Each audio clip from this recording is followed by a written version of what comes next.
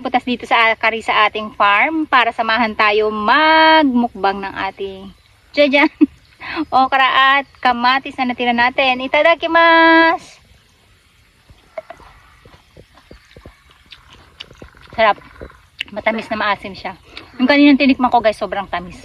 Ngayon naman, sobrang asim niya. Konti lang yung tamis niya. Yung kanina sobrang tamis talaga, ibang variety.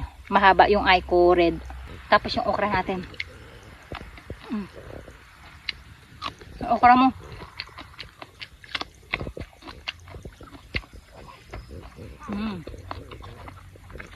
Tamis.